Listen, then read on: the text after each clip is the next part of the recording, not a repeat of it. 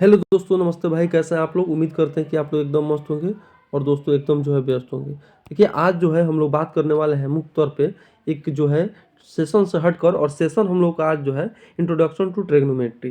देखिए, आज मैं ट्रिग्नोमेट्री आपको इस वीडियो में नहीं पढ़ाऊंगा, बल्कि मैं इस वीडियो में आप पर यह चर्चा करूंगा कि जो अपकमिंग एग्जाम है, वो चाहे सीबीएसई हो या बिहार बोर्ड हो, जो भी जो है क्लास 10th के जो है विद्यार्थी हैं, उनको ट्रिग्नोमेट्री जो है कैसे पढ़नी चाहिए। क्योंकि आप जानते हैं कि इसका वेटेज जो है मुख्य तौर पे, अगर सीबीएसई की हम बात करें तो सीबीएसई हो या बिहार बोर्ड हो, इसका वेटेज जो है कम से कम 20 से 25 मार्क्स के बीच रहता है। और एक जो है ट्रिग्नोमेट्री ही एक ऐसा सब्जेक्ट है जो काफ़ी बच्चों को जो है कन्फ्यूजन होता है। और आज हम इस जो है वीडियो में आपको कुछ इंपॉर्टेंट जो है आपको क्वेश्चंस भी बताएंगे कि क्वेश्चन कैसे आते हैं और किस क्वेश्चन पर आपको ज़्यादा एफर्ट लगाना चाहिए, क्योंकि अब समय बहुत कम रह गया है। तो आइए हम इस सेशन को शुरू करते हैं। एनसीईआरटी का एक खूबसूरत सा जो है कोट्स है, उसको पहले हम लोग देख लेते हैं इस कोट्स को। और इस कोट्स क्या कह रहा है? कह रहा है कि there is perhaps nothing which is which occupies the middle positions of mathematics as a trigonometry. यानी कह रहा है कि जे फॉरवर्ड जो है कहते हैं कि ट्रिग्नोमेट्री जो है पूरे मैथमेटिक्स का क्या है, मिडिल पोजीशन है, यानी मिडिल पोजीशन है।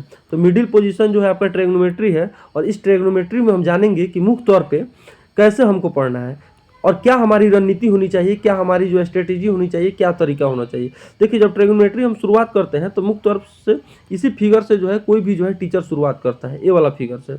अब इस फिगर से जब टीचर शुरुआत करता है तो इसमें इसको जनरली हम लोग हाइपोटेनस बोलते हैं। क्या बोलते हैं? हाइपोटेनस बोलते हैं, जो कि सबसे लॉन्गेस्ट साइड होता है। और इसको जो हम लोग बेस बोलते हैं, और फिर इसको हम लोग परपेंडिकुलर बोलते हैं, जिसको हम लोग शॉर्टकट में पी बोलते हैं, इसको बी बोलते हैं और इसको एच बोलते हैं। और आपका जो है ट्रिग्नोमेट्री जो है आइडेंटिटीज होता है। अब ट्रिग्नोमेट्री जो है आइडेंटिटीज क्या होता है या ट्रिग्नोमेट्री रेशियो क्या होता है, उसके बदले में जो है आप इस चीज़ को देख लीजिए। ट्रिग्नोमेट्री रेशियो क्या होता है? देखिए, एक्चुअली क्या होता है ना, ट्रिग्नोमेट्री रेशियो का अर्थ होता है, आप जान लीजिए कि अगर आप इस यहाँ से अगर अपनी आँख जो है मुख्य तौर पर, अगर आप आँख अपना यहाँ लगाइएगा और यहाँ से देखिएगा, तो इस जो है आपके ट्रायंगल में ये वाला जो है अब परपेंडिकुलर बन जाएगा, पी बन जाएगा, ठीक है। और यहाँ से जब आप आंख लगा के देखिएगा तो ये वाला जो है आपका ये परपेंडिकुलर बन जाएगा। यानी कहने का अर्थ है कि परपेंडिकुलर और बेस जो है आपस में इंटरचेंज होते रहते हैं। ऐसे समझिए, जैसे मान लीजिए ट्रिग्नोमेट्री है, तो यहाँ से अगर हम देखेंगे तो ये वाला हमारा परपेंडिकुलर हो गया। लेकिन सेम हम यही ट्रायंगल बनाए और यहाँ से जब हम देखें तो ये वाला हमारा अब क्या हो जाएगा, बेस परपेंडिकुलर हो जाएगा। तो कहने का अर्थ है कि यहाँ से जब हम देखें तो ये वाला हमारा परपेंडिकुलर हो गया। और इसी ट्रायंगल में अगर हम इस एंगल से देखते हैं तो ये वाला जो है अपना, यानी ये जो आपका साइड है, ये हमारा परपेंडिकुलर हो गया।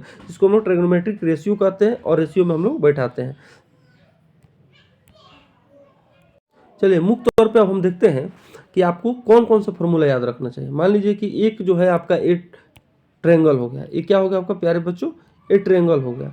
और यहाँ 90 डिग्री का कोण है और यहाँ से हम चलते हैं। तो जब यहाँ से हम अभी बताएं कि इस एंगल से देखेंगे तो ये वाला साइड परपेंडिकुलर हो जाएगा, इसके ऑपोजिट बेस हो जाएगा, और सबसे जो लंबा साइड होता है वो हाइपोटेनस एच हो जाएगा।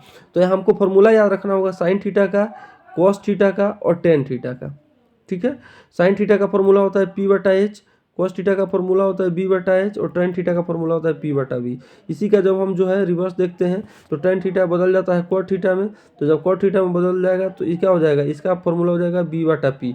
वैसे ही जो है कॉस थीटा बदल जाता है सेक थीटा में, तो सेक थीटा का जो है तो फॉर्मूला बदल जाएगा एच बटा पी। वैसे ही जो है आपका साइन थीटा बदल जाता है कोसेक थीटा में, और कोसेक थीटा जो है आपका हो जाएगा एच बटा पी। यानी ये जो है आपका मुख्य तौर पे ये जो है फॉर्मूला जो है आपको याद रहना चाहिए। ये फॉर्मूला आपको मुख्य तौर पे याद रहना चाहिए।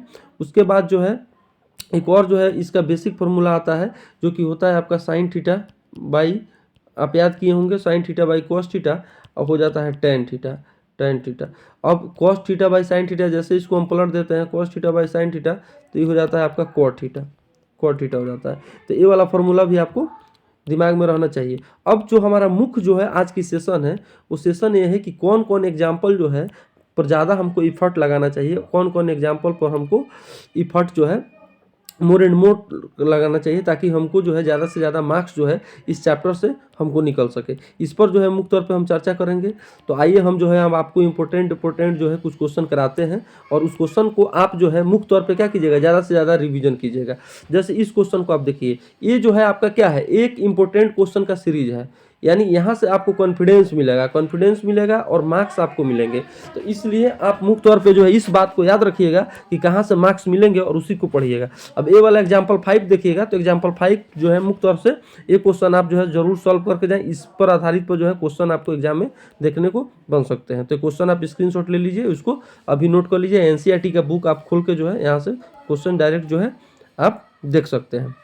उसके बाद यहाँ जो ये जो दोनों क्वेश्चन है इस क्वेश्चन को आप लोग डायरेक्ट जो है सॉल्व करके जाइए। ये जो आपको दोनों क्वेश्चन है इस क्वेश्चन को आप सॉल्व करके जाइए। अभी आप एनसीईआरटी मेरे साथ बुक खोलिए और बुक खोल के मुख्य रूप से आपका 9 नंबर क्वेश्चन और 10 नंबर क्वेश्चन, ये दोनों क्वेश्चन काफ़ी इंपॉर्टेंट है। इस क्वेश्चन को आपको हर हाल में जो है कम से कम 3 बार जो है हर हाल में 3 बार 3 टाइम्स आपको बना कर जाना चाहिए। चलिए, इसमें और ज़्यादा इंपॉर्टेंट नहीं है।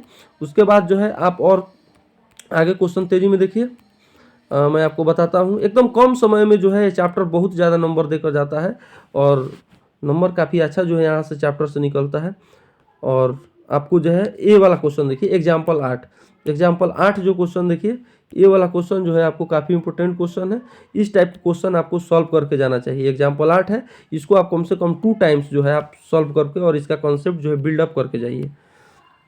चलिए आगे देखते हैं 8.2 में। देखिए 8.2 में तो क्वेश्चन इस आधार पर बनता है, लेकिन ये जरूरी नहीं है कि सेम टू सेम क्वेश्चन आपके एग्जाम में डाल दे। तो इसीलिए 8.2 का जो है सबसे पहले जो भी वैल्यू होता है, जैसे साइन 60 का वैल्यू तो √3/2, tan 45 का वैल्यू तो tan 45 का वैल्यू 1, तो ऐसे जो भी वैल्यू है आपका, ये सारा वैल्यू आपको याद रहना चाहिए।